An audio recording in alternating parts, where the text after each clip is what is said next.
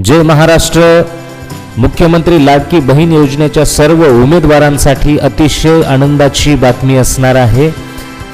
जुलै 2024 मध्ये मुख्यमंत्री लाडकी बहीण योजना ही योजना लागू करण्यात आली होती आणि 31 जुलैपर्यंत त्याची अखेर तारीख दिलेली होती, परंतु काही कारणास्तव उमेदवारांनी काही अर्ज भरलेले नाहीत आणि बरेच उमेदवारांनी टीका टिप्पणी करून या योजनेला पात्र झालेले नाहीत आणि या योजनेचा त्यांना फायदा घेता आलेला नाही। महाराष्ट्रातील सर्व लाडक्या बहिणींना या योजनेची माहिती आणि या अतिशय आनंदाची बातमी आज आपल्या या YouTube चॅनलच्या माध्यमातून मिळणार आहे।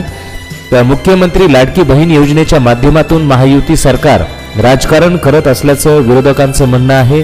विधानसभा निवडणुका येऊ घातल्या असताना लाडक्या बहिणीसाठी योजनेबाबत नवनवीन माहिती समोर येत आहे। या योजनेचे अर्ज करण्याची मुदत 30 सप्टेंबर पर्यंत वाढवण्यात आलेली आहे। अतिशय आनंदाची बातमी आहे, परंतु ज्या महिला सप्टेंबर मध्ये अर्ज करणार आहेत त्यांना मात्र एक छोटीशी अट आलेली आहे की त्यांनी अंगणवाडी सेविकाकडून अर्ज मंजूर करून घ्यायचा आहे आणि ज्या उमेदवारांनी महिला अंगणवाडी सेविकाकडून अर्ज मंजूर करून घेतलेला आहे त्यांच्या खात्यामध्ये थेट त्यांच्या खात्यामध्ये 4500 रुपये जमा होणार आहेत। जुलै 2024 मध्ये लाडकी बहीण योजनेची घोषणा करण्यात आली होती, त्यावेळी अनेक महिलांनी कागदपत्र जमा केले नव्हते। अर्ज करण्यासाठी 31 जुलै ही डेडलाईन देण्यात आली होती, परंतु अनेक महिलांना या तारखेपर्यंत अर्ज करता आले नाहीत।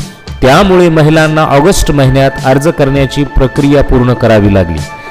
पण ज्या महिलांनी ऑगस्ट महिन्यात अर्ज भरला होता, ज्यांचा अर्ज मंजूर झाला, अशा महिलांच्या खात्यात आता सप्टेंबर महिन्यात पैसे जमा होणार आहेत। जुलै ऑगस्ट सप्टेंबर अशा 3 महिन्यांची एकत्रित रक्कम 4500 रुपये महिलांच्या खात्यात जमा होणार आहेत। ज्या महिलांना जुलै महिन्यात पैसे मिळाले नाहीत त्यांना जुलै ऑगस्ट आणि सप्टेंबर महिन्याचे एकत्रित पैसे मिळणार आहेत। सप्टेंबर पर्यंत महिलांच्या खात्यात पैसे जमा होणार आहेत अशी सूत्राची माहिती आहे आणि आता नवीन अर्ज भरणाऱ्या महिलांना अंगणवाडी सेविकाकडून अर्ज मंजूर करून घ्यावा लागणार आहे। दरम्यान गेल्या काही दिवसांमध्ये लाडकी बहीण योजनेत घोटाळा होत असल्याचे अनेक प्रकार समोर आले आहेत। एका व्यक्तीने त्याच्या पत्नीच्या नावे 30 अर्ज दाखल केल्याचे प्रकरण समोर आले होते आणि संबंधित व्यक्तीच्या पत्नीच्या नावे 30 अर्ज दाखल केले असून त्यापैकी 26 अर्ज मंजूर झाले होते।